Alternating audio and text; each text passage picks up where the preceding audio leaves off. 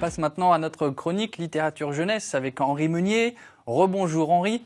Bonjour. C'est vrai que l'été approche, donc oui. Si on peut donner quelques idées à nos téléspectateurs de littérature jeunesse, ça peut être top. Et d'ailleurs, vous êtes là, vous avez emmené le livre que vous souhaitez nous présenter. Ça s'appelle La femme du potier. C'est écrit par Kurojiki aux éditions Hong Fei. Quelle est l'histoire, mon cher Henri? Alors, c'est l'histoire d'un potier célèbre, formé par les meilleurs maîtres, qui passe toutes ses journées, évidemment, à exercer son art. Et il est servi avec déférence par sa femme. Être la femme du potier, c'est vraiment être à son service. Et donc, elle lui sert le thé, elle accompagne les visiteurs vers son atelier, atelier dans lequel elle n'a absolument pas le droit elle-même de rentrer. Ah. Et ceci étant, ouais, c'est un peu moche. Ah oui. Ceci étant, discrètement, par la fenêtre, elle regarde comme ça son mari qui exerce son art.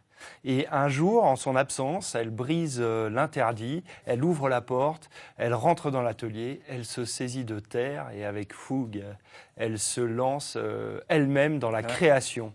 Et le livre bascule.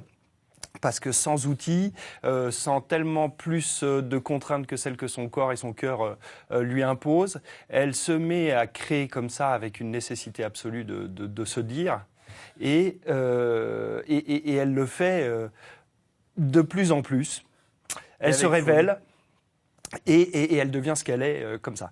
Et puis un jour, un amateur de poterie éclairé par hasard, tombe sur les poteries de la femme du potier. Et on voit au regard du potier que, d'évidence, son art dépasse de très loin le sien. L'élève a dépassé le maître. L'élève caché, comme ça, a dépassé le maître. Et le mari, comme ça, qui était le potier, va devenir petit à petit le mari de la céramiste. Ah oui, retournement de situation. Donc, on est quoi finalement? Il y a une morale dans cette histoire sur l'émancipation ou la libération des femmes? C'est évidemment une très très belle histoire sur l'émancipation d'une femme et une femme qui devient qui devient ce qu'elle est. Mais puisque cette histoire est très très réussie, cette histoire d'émancipation, ça serait dommage de limiter le livre à cela, parce qu'il y a beaucoup de choses en plus dans ce livre. Par exemple, c'est aussi un très beau livre sur l'art, tout bêtement. Et sur le primat comme ça que pose l'auteur, c'est son avis, comment pourrait-on dire ça, de l'intuition sur l'institution, du faire sur le savoir, la joie de s'exprimer, du feu, de la nécessité de créer. Voilà, donc c'est une ode à l'art brut, c'est une ode à l'art du néophyte. C'est absolument superbe. Et c'est d'ailleurs de cela dont se sert aussi l'auteur, puisqu'il fait toutes ces illustrations comme ça sans trop se préoccuper honnêtement d'une séduction facile et du superflu de façon très brute, d'un trait noir posé sur des aplats de couleurs qui évoluent et qui structurent l'histoire allant du jaune au rouge.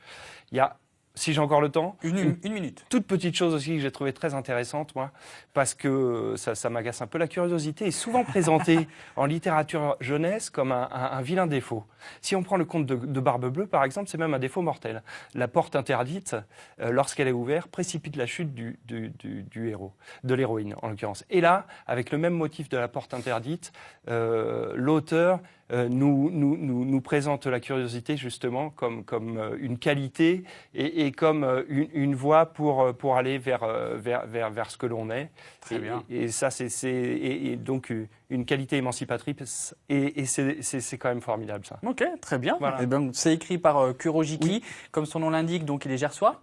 Absolument, absolument. Il est totalement gersois. En fait, se cache derrière ce nom-là un auteur extrêmement connu qui s'appelle Thierry Dedieu. D'accord, très bien. Donc à découvrir avec ce livre La femme du potier qu'on vous offre maintenant, vous avez l'habitude.